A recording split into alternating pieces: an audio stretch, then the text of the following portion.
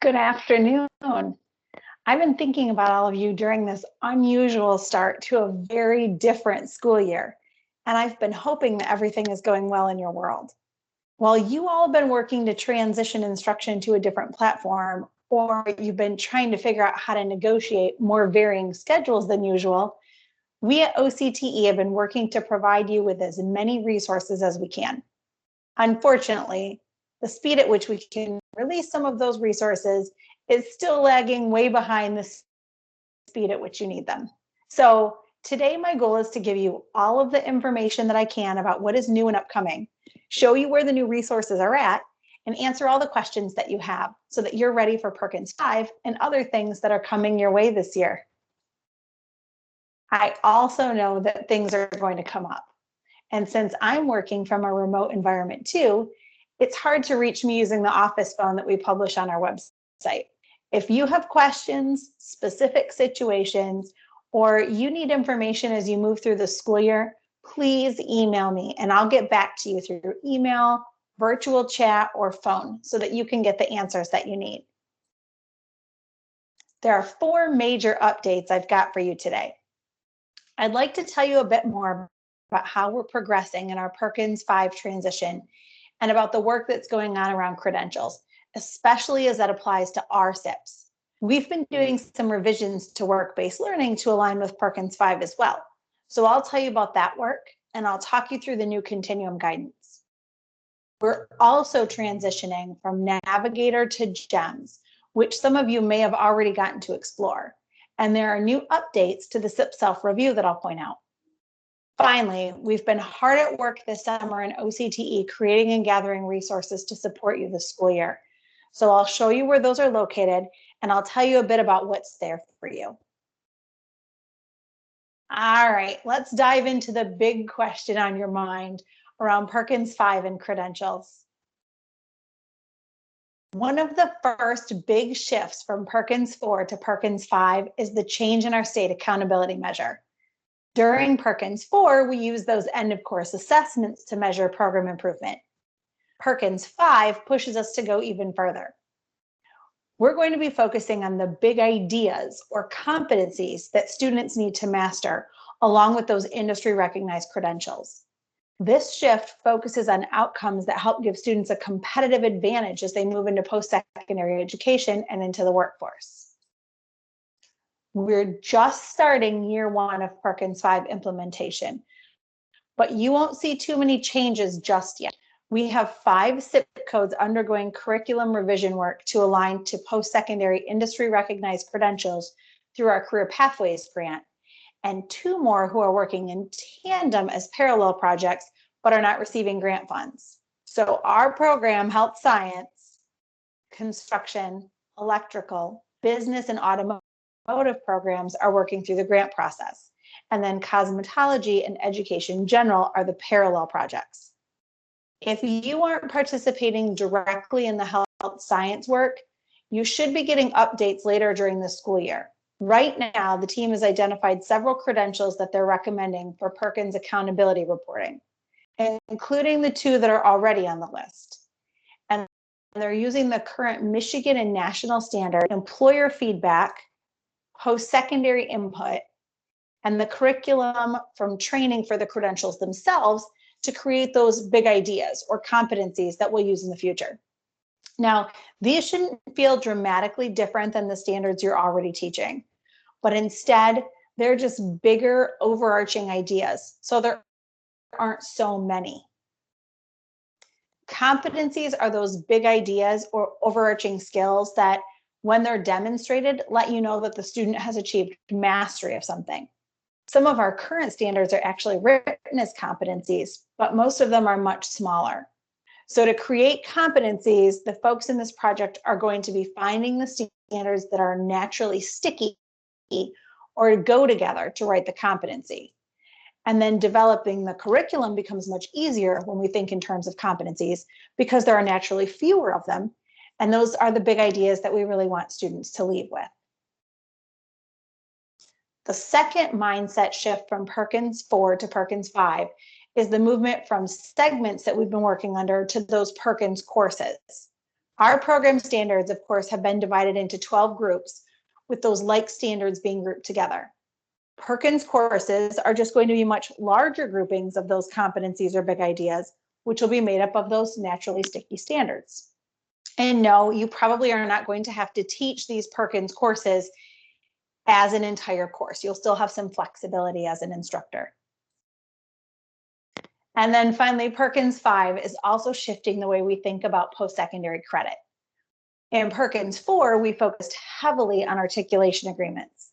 However, as the time has passed, we've opened doors to more intensive post-secondary experiences for our high school students and expanded our credit offerings. More students are able to take advantage of dual and concurrent credit, early middle colleges, and other post-secondary agreements. So in Perkins 5, we're going to be emphasizing all of these opportunities. All of these elements are taking place through that Career Pathways grant work. The original date for completion and release of the project was November, but of course the grantees had to change their way of working due to COVID, so the grant deadline has been extended until the mid-spring. Right now, they're working to align the credentials with the industry and current standards and creating those bigger overarching competencies. And then they'll take those and create the Perkins courses that we're going to be using for reporting purposes. Since they're still in the middle of that work, I can't tell you exactly what it will look like, but the idea is to create more comprehensive programs of study that offer greater flexibility to you as teachers and to students. So this flowchart gives you an idea of the final grant outcomes. We're planning to have academic alignments completed for each of the SIP codes that's going through the work, and the grantees should be making Michigan Merit flexibility recommendations that every district can use and take advantage of. We're also planning to have credit agreements with post-secondary partners, and we would like to see that extend across the state into statewide or transfer agreements for students. So the big question is, will you all have to offer one of the approved credentials when they come out on the approved list? The answer to that really depends on what your credentials are and what you can offer and what you're teaching in your program. If you are able to align with an approved credential, then you'll need to do that. But if you aren't able to align for one of the aforementioned reasons, then you're going to begin using the new competencies in the fall of 2021. But you'll wait on the credential until one is approved that will work for your situation. So we know that there are quite a few out there for health programs, and the grant team working on our project could only do a few this time around. So I expect that more options are going to be added in the future. And remember, some of the credentials in your program that students are working towards are actually earned at the post-secondary level, like a bachelor's degree. So some students won't be earning a credential until they complete more education and training than what we offer in high school. One change that you will see this fall related to our work with Perkins 5 is around work-based learning. And I think you're going to like it. We've worked to align our definition of what work-based learning is to what Perkins says, and we tweaked our model to encompass the various examples we see that are being effectively offered around the state. The big thing you need to remember about work-based learning are the three required components. Does it involve an employer? Does the experience center around a CTE task or competency? And is the experience sustained or ongoing? You should all be able to download or snag the Continuum Guide on our website. This is the new model that's going to replace the guidebook that's on our website right now and the one you want to use for this year. You'll find it on the CTE Instructional Programs page under Work-Based Learning, and it's called the Work-Based Learning Continuum Guide. I want to talk you through this model so that you have the inside scoop on this. All of your administrators will be getting more training around this at the fall update, and they'll be bringing back some cool new tools that we have to go with it. So there's more coming. This model is divided into 4 quadrants that increase in intensity and rigor as you move around the continuum. The names of each category align with the Michigan Career Development Model.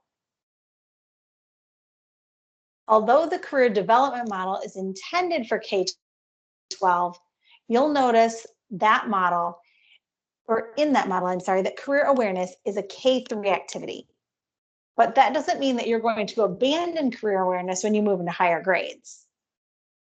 You all know the amazing amount of jobs and nuances in the health industry. And most students don't realize all that's out there until they learn more about your program. So the continuum is meant to be cyclical.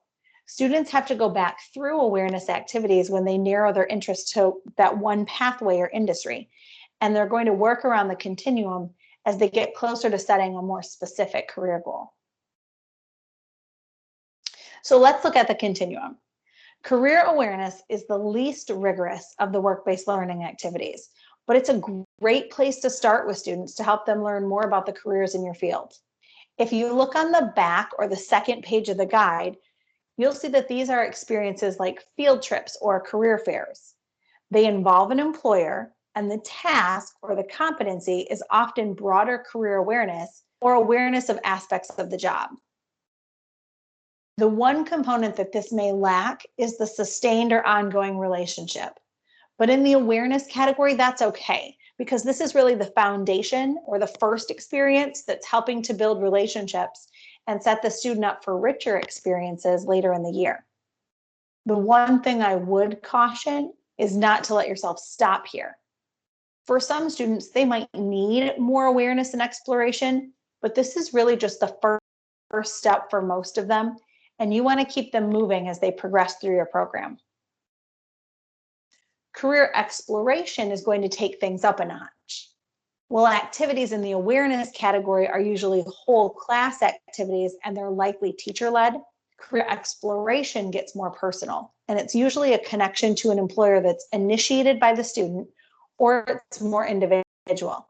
These activities, like job shadows, interviews of employers, and some of the virtual tours and conversations with specific businesses, are centered more around the personal goals and defined areas of interest of the student. Career preparation is the third category, and this is where the relationship between the student and the business professional becomes more intense and sustained. Students are often learning or practicing some skills alongside that industry partner, with you as the teacher only facilitating the relationship and providing some support. The experiences in this category are some that you might not have thought of or even utilized before. So this is likely a place for you to stretch as a teacher and a way for you to grow opportunities in your program for students. Students can work in tandem with an employer on projects. They could utilize them as mentors, and you as a teacher could bring them in to participate with larger groups when crossing the threshold just isn't feasible. And our final two categories are career training and youth apprenticeship. Career training is a lot like the old co-op model that we've heard of before, where the student is spending a significant amount of time with the business partner and they're really learning on the job, whether that's paid or unpaid. You'll note the large number of terms we use to describe this, and that's because you all use these various terms. But in general, this is a practicum where students are further developing their skills at the work site. This experience is off campus, and it requires training plans and training agreements. For our health science programs, this is usually where clinical rotations fit. And then youth apprenticeship is reserved for those registered apprenticeship experiences with the U.S. Department. I know these are available in the health industry, but I'm not sure how many we have out there in our SIPs for Michigan high school students right now. I do know this is an area that's growing, and I have heard some growth around the MA programs in this area. So stay tuned as we learn more. I know this year is an anomaly, but as we continue to work into Perkins 5, your goal should be to increase the number of work-based learning opportunities that you have to offer to students. However, deep and meaningful relationships really take time to develop. So realistically, you may be able to only add one or two of these things a year.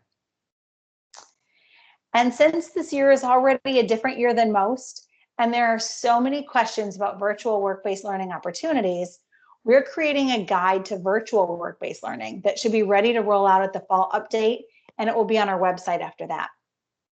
I'd also like to encourage you as an association to create a shared place where you can swap ideas and information with each other. You know, it's always nice to learn more about what someone else is doing and to be able to use their materials or ideas to get started rather than trying to reinvent the wheel on your own.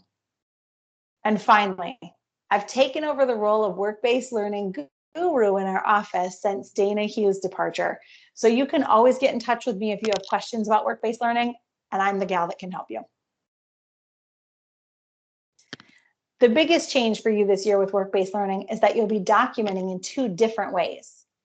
You're going to put the typical student level data that you used to upload into Navigator into CETUS. And then you're going to put the more qualitative data into GEMS. So let me show you a little bit about what that looks like.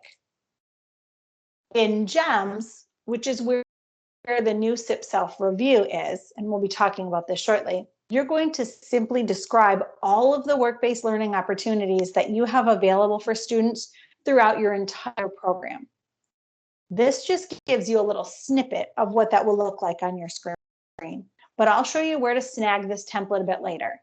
And your administrator should be able to help you get into that GEM system in the near future if they haven't already. Then in CETUS, your district or building data entry person will take that student by student data that you've always tracked, and they're going to upload that into CETUS. You're going to be able to use the codes on the continuum to note which type of experiences each student participated in for each class in your program. And later on, all of this data will roll up to the program level, and it's going to let you look at some neat data that you can share with your advisory committees, your post-secondary partners, and other stakeholders in your district. And if you remind me later this year, I'm going to show you how you can use that to market your program and show off the really cool things that you're doing. Now, we're still building this system, so I can't show you a screenshot of what it looks like, but it is coming. So know that if you're looking at student by student data in the same way that you always have, you can just use these codes and you'll be set and ready to go. I already mentioned GEMS, but I'm not sure I told you that we have a new SIP self-review document that we'll be putting into GEMS instead of Navigator. I've gotten to see the new system as they've been building it, and I think you'll really be pleased with how user-friendly it is and the improvements that have been made.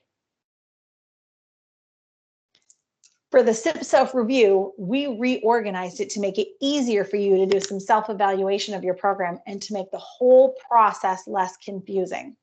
So what you see on your screen right now are some of the changes that we made.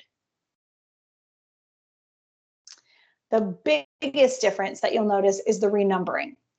We broke apart some of those extremely long sections and made them their own subsection.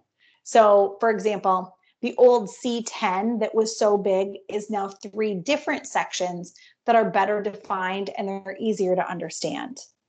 In general, you're not going to find anything extremely new and surprising about the new SIP self-review. We did, however, give you more specific directions. So a good example of this is in the program advisory section.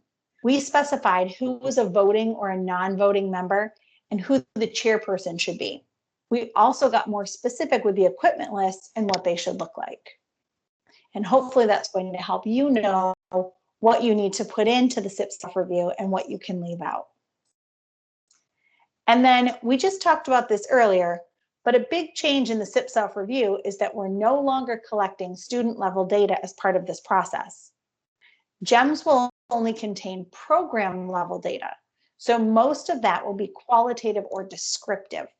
All of your quantitative data will be in CETUS, which was a system that was made to handle that. Work-based learning, of course, is a good example of this. So you can see here how this section of the SIP self-review will look a little bit different. I did show you an example of this earlier, but here's a blank form of what that might look like. And here is an example of how this will look when you fill it out and upload it into GEMS.